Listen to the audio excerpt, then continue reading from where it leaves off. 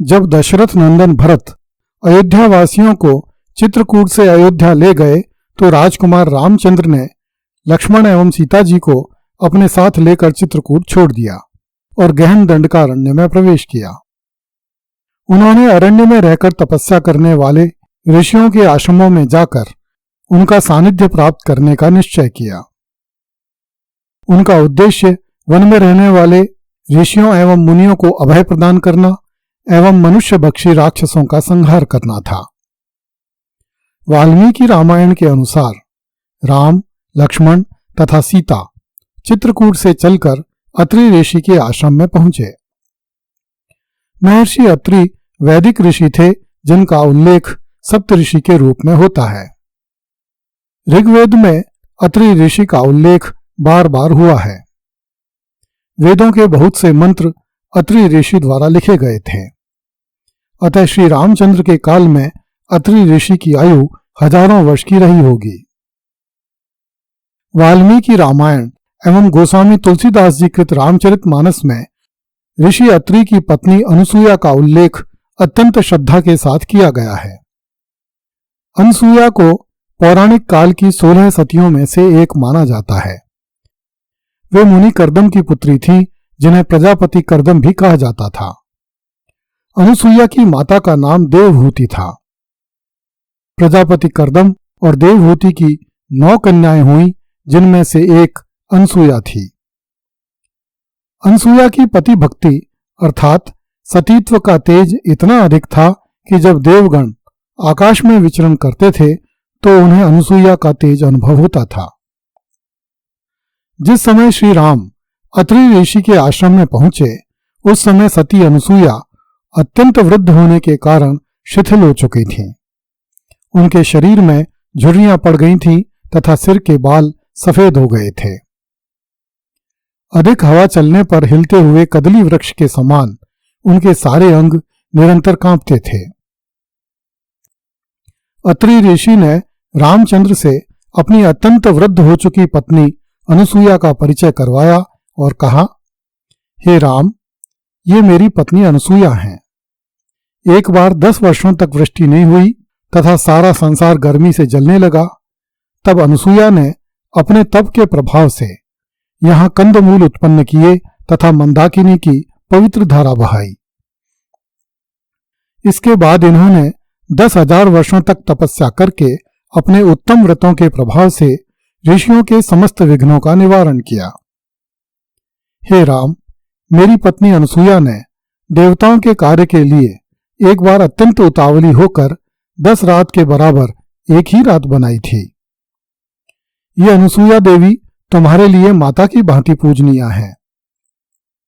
ये संपूर्ण प्राणियों के लिए वंदनीय तपस्विनी है।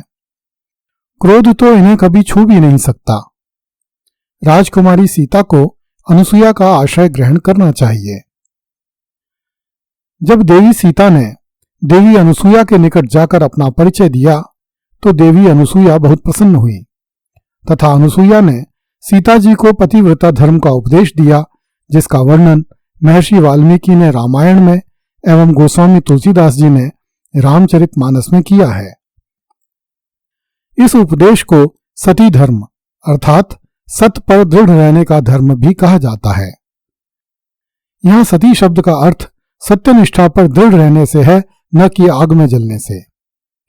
सती धर्म को पतिव्रता धर्म भी कहा जाता है। इस उपदेश का सार यह है कि पति एवं पत्नी एक दूसरे के पूरक हैं, अतः वह एक दूसरे के अनुकूल आचरण करें तथा एक दूसरे के मित्र बनकर रहें। देवी अनुसूया ने सीता जी को अखंड सौंदर्य की एक औषधि भी प्रदान की। रामचरितमानस के अनुसार देवी अनुसूया ने सीता जी को दिव्य आभूषण एवं दिव्य वस्त्र प्रदान किए जो कभी गंदे नहीं होते थे। इन्हीं अनुसूया ने एक बार अपने तपोबल से ब्रह्मा, विष्णु एवं महेश को छोटे बच्चों में परिवर्तित कर दिया था। कुछ पुराणों में आई इस कथा के अनुसार एक बार ब्रह्माणी, लक्ष्मी और गौरी में विवाद छिड़ा कि सर्वश्रेष्ठ पतिव्रता कौन है। तीनों देवियां अपने अपने सतीत्व और पवित्रता की चर्चा करने लगी। तभी नारद जी वहां आए। उन्होंने मुनि अत्रि की पत्नी अनुसूया के असाधारण पातिव्रत्य के बारे में बताया और कहा कि उनके समान पवित्र और पतिव्रता स्त्री तीनों लोकों में कोई नहीं है।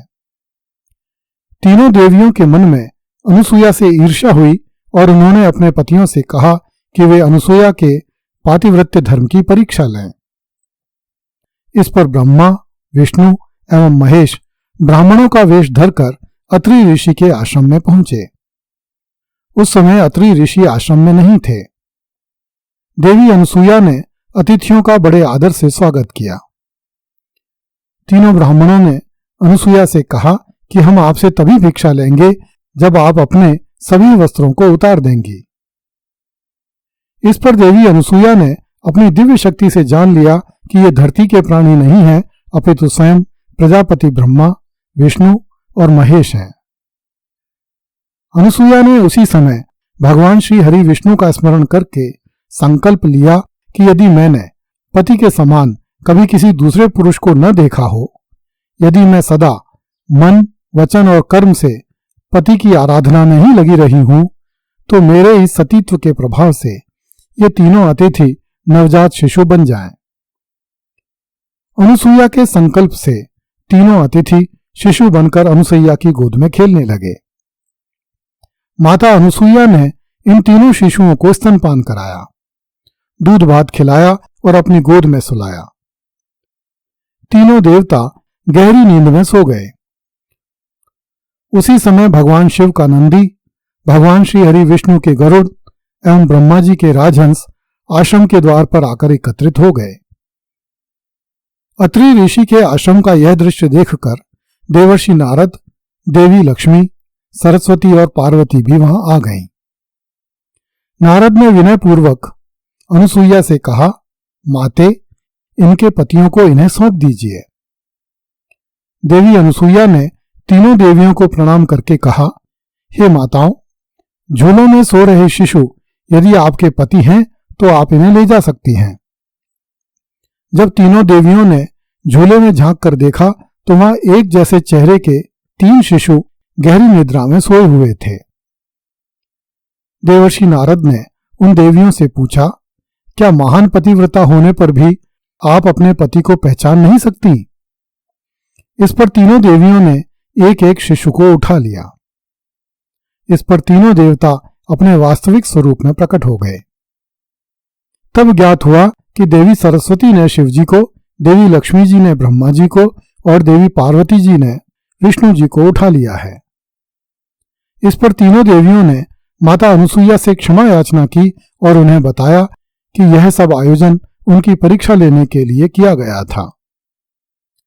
प्रजापति ब्रह्मा, विश्वपालक विष्णु एवं विश्व के रक्षक शिव ने देवी अनुसूया से कहा, आप हमसे वरदान मांगिए। त्रिदेव की बात सुनकर माता अनुसूया बोली, हे प्रभु, आप तीनों मेरी कोख से जन्म लें। कालांतर में माता अनुसूया के गर्भ से भगवान दत्तात्रेय के रूप में भगवान श्री हरि विष्णु का, चंद्रमा के रूप में ब्रह्मा का और दुर्वासा के रूप में भगवान शिव का जन्म हुआ। कुछ ग्रंथों के अनुसार ब्रह्मा जी के अंश से चंद्रमा का, श्री हरि विष्णु के अंश से भगवान दत्तात्रेय का तथा भगवान शिव के अंश से महर्षि दुर्वासा का जन्म हुआ। विभिन्न पुराणों में यह कथा और भी अंतरों के साथ मिलती है। वाल्मीकि रामायण से लेकर विविध पुराणों एवं रामचरितमानस में देवी अनसूया का जो वर्णन आया है, उसके अनुसार अनसूया की कथा किसी महान प्राकृतिक शक्ति का ही मानवीकरण प्रतीत होती है, जो बिना वर्षा के वनस्पति उत्पन्न करती है तथा ब्रह्मा, विष्णु एवं महेश को शिशु रूप में बदल सकती है और जो ऐसे आभूषण और ऐसे वस्त्र प्रदान करती है जो कभी म्लान नहीं होते, जिसके गर्भ से चंद्रमा, भगवान दत्तात्रेय तथा दुर्वासा जैसी महान विभूतियां जन्म लेती हैं तथा जिसकी आयु हजारों वर्ष की है। अगली कड़ी में देखिए, शरभंग ऋषि ने श्री राम को समस्त योग, यज्ञ, तप एवं व्रत समर्पित कर दिए।